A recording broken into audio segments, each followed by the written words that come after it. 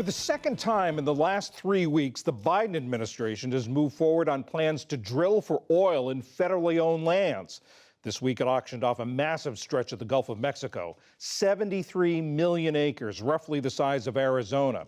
Earlier, the administration approved the controversial Willow project in Alaska, an $8 billion oil drilling venture. As a candidate, Biden promised to move the United States away from fossil fuels. Ben Lefebvre covers the energy industry for Politico. Ben, as a candidate in 2020, Mr. Biden said, no more drilling on federal lands, no more drilling, including offshore, no ability for the oil industry to continue to drill, period. So what happened? What's going on? What happened was, we always see candidates run for office promising one thing and most likely intending to do that thing once they get into office. But then as soon as they step foot inside the Oval Office, reality steps in and changes those plans. So with this latest oil lease sale in the Gulf of Mexico, Biden pretty much had to follow the law. These lease sales are run, twice a year. They got away with not having any last year, but I think their time ran out legally, and they had to do it this time around. I also read somewhere that they need the revenue from this for budget reasons. Yeah, drilling for oil in pretty much anywhere on public land, the government gets a cut of the proceeds. I think local governments generally get half of the proceeds, and then the rest kind of goes to conservation efforts. So and it's a big chunk of change. I mean, this last lease sale on Wednesday resulted in 200 and I think it was $64 million. That was the highest amount that the government's gotten for one of these Gulf lease sales since 2014, I think. What has this done to his relationship with environmentalists? It's not made it easy. I mean, especially as you mentioned after Willow, environmentalists were already angry at the administration.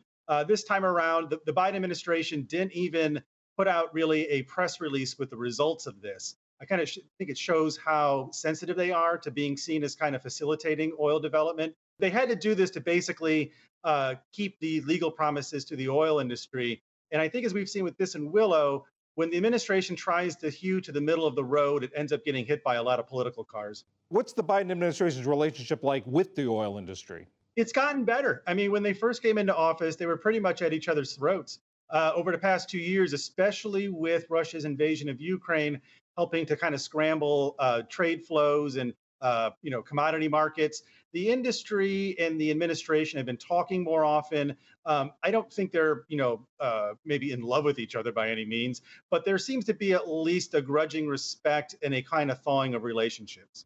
Are there environmental concerns? Are there worries about the North Slope of Alaska, where the Willow project is, and the Gulf of Mexico? Yeah, no, there's environmental concerns for both. I mean, Alaska, the North Slope is to a certain extent in the middle of nowhere. And the fear is that if you have any sort of big catastrophe out there, there's not a lot of emergency management, emergency response, facilities nearby. It's not like the local fire station can rush out there. In the Gulf of Mexico, as you mentioned, we obviously saw the Deepwater Horizon accident.